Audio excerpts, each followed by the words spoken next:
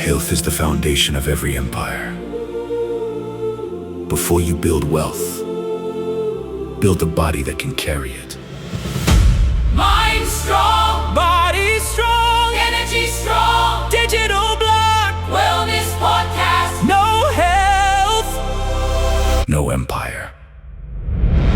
You know, you have these just towering, massive ambitions for your life, right? Yeah. Like, you want the brand and the investments and the absolute financial freedom. Oh, absolutely. And the industry respect, too. Exactly, yeah, the respect. Yeah. But here is the fatal flaw that almost everyone makes. You are basically trying to build a massive, heavy skyscraper on a swamp.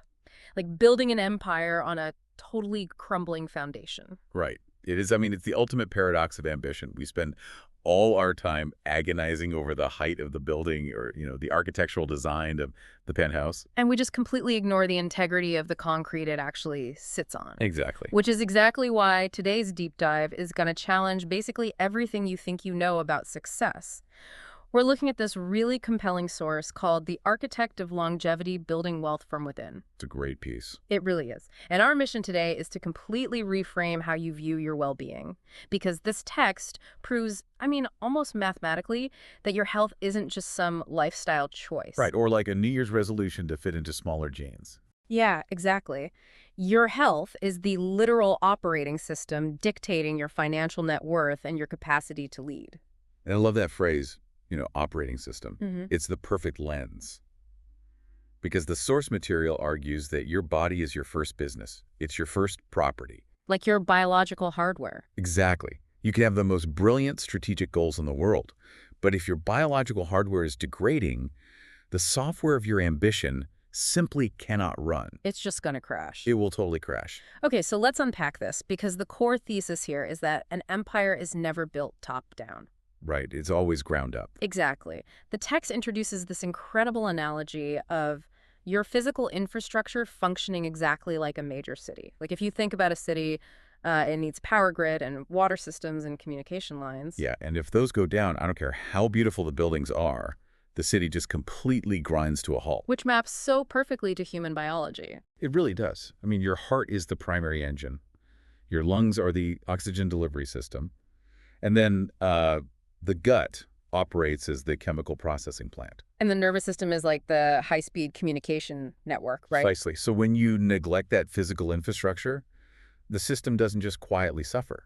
It starts flashing warning lights. Like brain fog and systemic inflammation. Yeah, constant fatigue, too. These aren't just random annoyances you can, just caffeinate away. Right. You can't just drink another espresso. Yeah, you can't.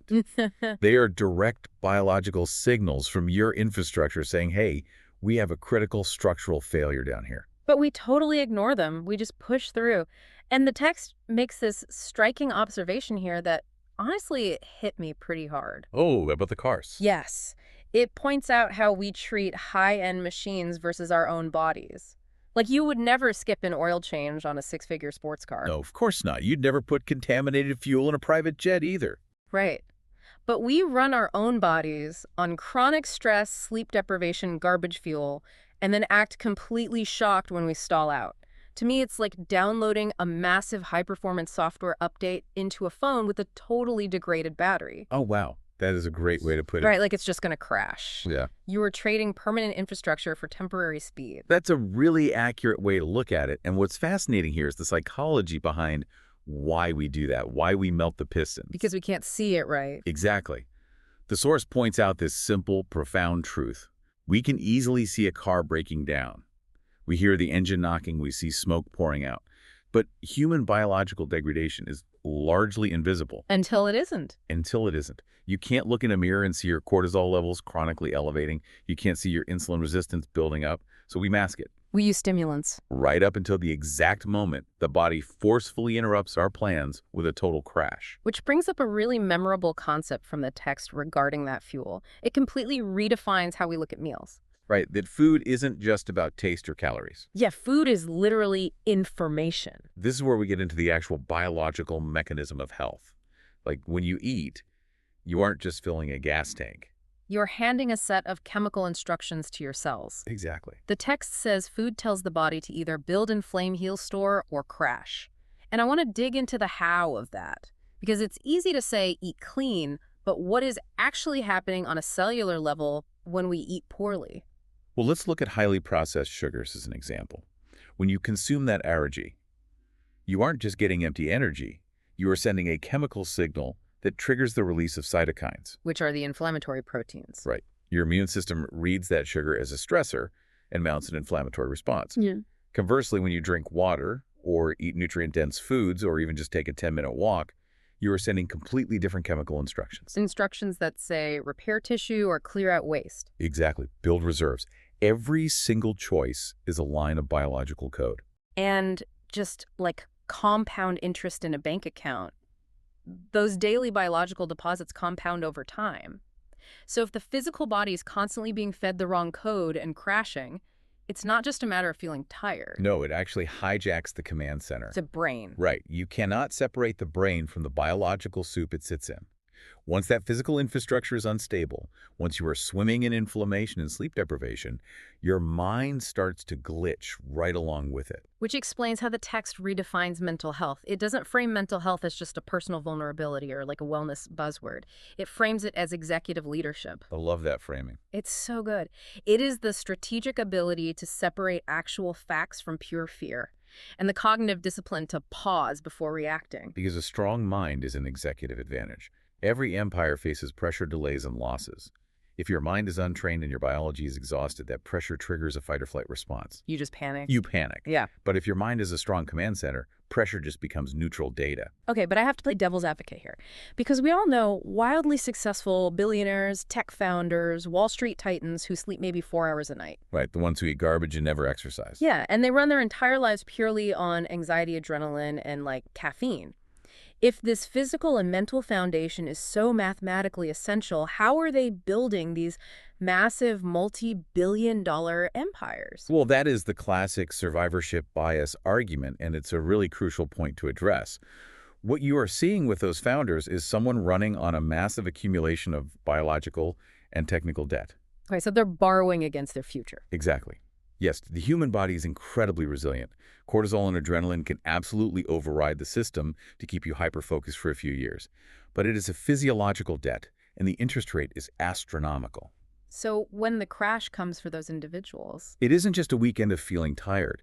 It's a severe autoimmune crisis, a massive cardiac event, or a complete psychological breakdown that strips them of their ability to even enjoy the wealth they built. wow. So you can't out-hustle biology forever. The bill always comes due. It always comes due. And more importantly, let's look at the actual mechanics of how that mental degradation sabotages the business in real time. Yeah. The text explicitly links mental health to financial health. How so? Like, if I have a great business model, how does my lack of sleep actually break the bank account? Because financial health and mental health require the exact same cognitive mechanisms. Delayed gratification, impulse control, and pattern recognition. No, that makes sense. Yeah, let's look at the brain for a second. When you are sleep deprived and chronically stressed, your prefrontal cortex literally dims its activity. Wait, really? It physically dims? Literally. That's the part of your brain responsible for long-term strategic planning and logic. Hmm. And meanwhile, your amygdala goes into overdrive. Which is the emotional fear-based center, right? Exactly. The part that just craves immediate dopamine rewards. Wow, so a literal neurological shift. It is. So what happens? You seek immediate relief. You make financial decisions based on comfort rather than strategy. You might overpay for a vendor solution because you literally lack the prefrontal bandwidth to negotiate the contract. Or you spend impulsively to get a quick hit of dopamine because your baseline stress is so high. Precisely. A disciplined body maintains a highly functioning prefrontal cortex, which makes long-term strategic financial decisions. If your mind is chaotic, your ledger will eventually reflect that chaos. That makes it incredibly real. It's not just feel-good advice. It's basically cognitive behavioral economics. It really drives home the takeaway that a massive bank account cannot replace the peace of mind you need to actually run the empire. No, it can't. And having a fleet of luxury cars in the driveway doesn't mean anything if your amygdala is screaming at you 24/7. Right. The goal of ambition isn't just to acquire the money. The goal is to build the internal capacity to actually manage it, hold it, and live well with it. Which brings up a fascinating paradox about success itself. Here's where it gets really interesting. Because the text explores emotional and spiritual health, And a lot of people operate under the assumption that once I build this empire, I won't be stressed anymore. Right. Once I hit that revenue goal, I'll be fine. Yeah. But the source drops a hard truth here. Success does not remove pressure. If anything, success massively increases it. I mean, you have more responsibility, a larger payroll, more people, depending on your daily decisions. And significantly more risk. Exactly. Which is why the text treats emotional health as the ultimate leadership system. But it clarifies something really important. Emotional restraint isn't about just suppressing your anger or pasting a fake smile on your face. No suppression just creates more biological stress. Right. Emotional health in this context is about cognitive reframing. It's the executive function of not making permanent business decisions based on temporary chemical emotions. Because you're going to feel anger when a deal falls through. You are going to feel panic. Maturity is feeling that spike in cortisol and learning to ask, what data is this emotion trying to give me? Instead of just burning a relationship to the ground out of pure frustration, Or liquidating an asset just because you're stressed, it's staying in the driver's seat. you acknowledge the emotion is in the car with you, but you absolutely do not let it grab the steering wheel. Exactly. And right next to that is the spiritual guardrail. Now, the source brings in this idea of a spiritual framework, which might sound a bit esoteric for a hard-hitting business discussion. Yeah, definitely. But the text frames it in a very practical way. It does. It strips away all the dogma. But the text isn't necessarily talking about organized religion, though, it certainly can be. Right. It's analyzing spiritual health through the lens of psychology, specifically intrinsic versus extrinsic motivation. Whether your framework is faith like a commitment to a community or just a profound philosophical life purpose. That is what gives directional vectors to all that raw ambition. If we connect this to the bigger picture, it prevents ego depletion when things go wrong. That part of the text was brilliant. Because the business plan always changes. You hit a detour, a product fails, the market shifts. Always. And if your motivation is purely extrinsic, just the money or the status, a massive failure will completely deplete you. You will want to quit. But spiritual health provides the psychological perspective to realize that sometimes a wrong turn is actually part of the route. Yes. What looks like a catastrophic failure to your ego is very often just a necessary redirection for your actual purpose. You don't shatter. You just recalibrate the GPS and keep moving. Okay, so we've mapped out the physical biology, the neurological link between mind and money, and the psychological guardrails. But practically speaking, how do we bridge the gap? Right, the application. Because I get the theory, but making the jump from just surviving the day to actually having discipline as an identity seems like a massive impossible leap. How does someone build this architecture without failing on day 3? Well, the text anticipates that exact problem. If you try to jump to the top floor of the skyscraper on day 1, you will fail. Because it relies too heavily on willpower. And willpower is a finite resource. Instead, the blueprint outlines 4 chronological stages of architecture, starting with basically triage. Level 1 is survival. So this is for the listener who is just completely overwhelmed, running on fumes. Yes. In the survival phase, you are not trying to build an identity. You are not trying to become a marathon runner overnight. You're simply trying to calm the autonomic nervous system down. Your only goal is stabilization. Drink 1 more glass of water, try to get 30 extra minutes of sleep. You are just creating a tiny margin of error, so your biology isn't in constant fight or flight. Just stop the bleeding. Exactly. And once the nervous system is stabilized, you naturally graduate to level 2, which is structure. This is where you address decision fatigue. You stop waking up and wondering if you will work out or what you will eat. Right. You build environmental routines. You schedule the workout like a board meeting. You prep the meals. You externalize the discipline so your brain doesn't have to work so hard. Which paves the way for level 3, which the text calls strength. And this is the pivot point. This is where neuroplasticity really kicks in and the habit stops being a chore. It becomes your identity.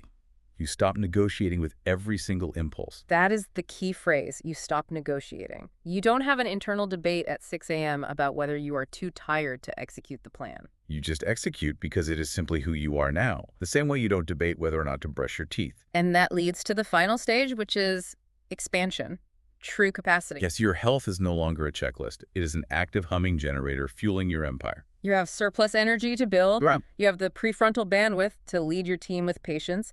And you have the endurance to weather the market over a decade. And tying all 4 of those levels together is perhaps the most vital psychological insight in the entire deep dive. the concept of self-trust. Yes, let's hover on that, because we are constantly taught that confidence comes from external validation. You close a massive round of funding, you get the promotion, your revenue hits 7 figures, boom, you are confident. But the source argues the exact opposite. True, unshakable confidence is built internally simply by keeping promises to yourself. It's rooted in the reward system of self-efficacy. Every single time you tell yourself, I'm going to take a 10-minute walk today, and you actually do it, you are proving to your own brain that you are a reliable entity. Your self-trust grows. Uh-huh. Every time you choose the clean lunch over the drive-thru when you are stressed, you are stacking undeniable proof of your own integrity. And conversely, every time you hit snooze when you promised yourself you'd get up, every time you break a commitment to your own biology, you chip away at that concrete foundation. It all scales. Because if your own brain knows it can't trust you to drink a glass of water, how on earth can it trust you to manage a high-stakes corporate merger? It knows you'll fold under pressure. It absolutely scales. Mhm. It is all about capacity. You have to literally biologically build the physical and mental capacity to carry the massive weight of what you are asking life to give you. If your internal capacity is frail, external success is just going to feel like a crushing weight. Right. So what does this all mean? If we step back and look at the whole blueprint, the ultimate insight from this text is that the greatest, most enduring empire you will ever build starts entirely inside of your own biology. Absolutely. It's about expanding your internal hardware so you can run the massive software of your ambitions without snapping in half. And my final advice, synthesizing everything we've discussed today, is this. Do not wait until total biological exhaustion becomes your normal. Do not wait until your body forcefully breaks down and puts you in a hospital bed to make you listen. Start today. Start today with level 1. 1 walk. 1 glass of water before the coffee.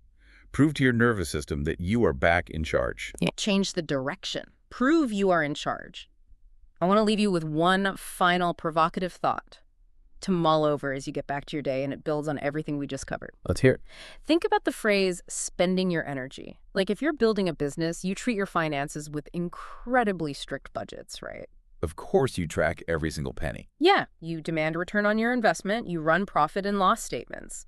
But what if you audited your biological energy the exact same way? Oh, wow. Right? Like if you sat down and looked at a literal ledger of where your physical and mental energy went this past week, are you actually investing it into the concrete foundation of your empire? Or are you just paying massive compounding interest on a debt to your own stress? That ledger is, it's the ultimate predictor of whether your empire stands or falls.